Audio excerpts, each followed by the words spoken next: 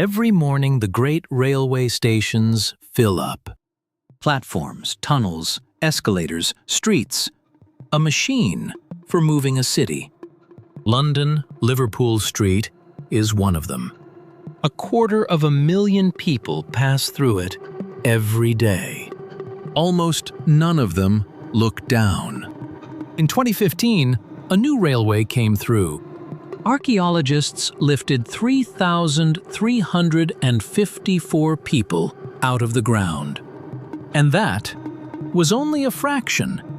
The rest are still down there.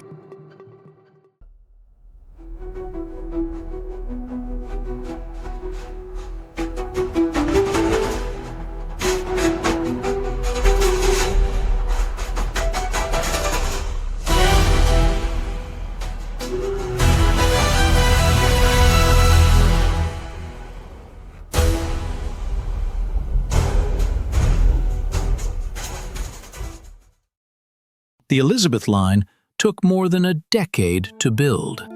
26 miles of tunnel cut beneath a living city. 10 new stations threaded past water mains, sewers, a century of older railway. £19 billion. $24 billion. It runs deep under the streets. And to get there, the engineers had to move everything in their way, including what was already buried. By 1569, London's parish churchyards were full, so the city opened new ground outside the wall and made it free. Free for anyone who could not pay a church to bury them. The poor came, the plague dead, the dissenters no parish would take. The ground sat beside the Hospital of St. Mary of Bethlehem, the London asylum people called Bedlam. The name passed to the graves. For 170 years, it took the city's unwanted and kept no register of its own. In 2015, the diggers reached the burial ground. First, a single skull, then grave after grave, and in places, not graves at all, but mass pits. Londoners buried together in the worst of the plague years. The railway stopped. The archaeologists moved in. For months, they worked the site, grave by grave. The largest study ever made of London's early modern dead. They lifted 3,354 people from the ground and examined 1 in 4 in close detail. Their bones held what no register did. What they ate, the sickness they carried, how hard their bodies had worked, and in some of them, the plague itself. Not in the bones, in the teeth.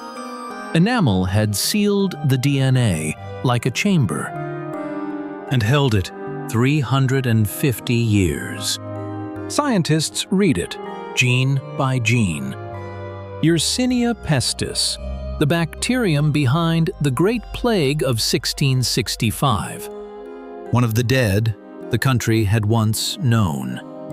John Lilburne, a leveller who had demanded that England be ruled by its people, and ended in the ground it kept for the forgotten.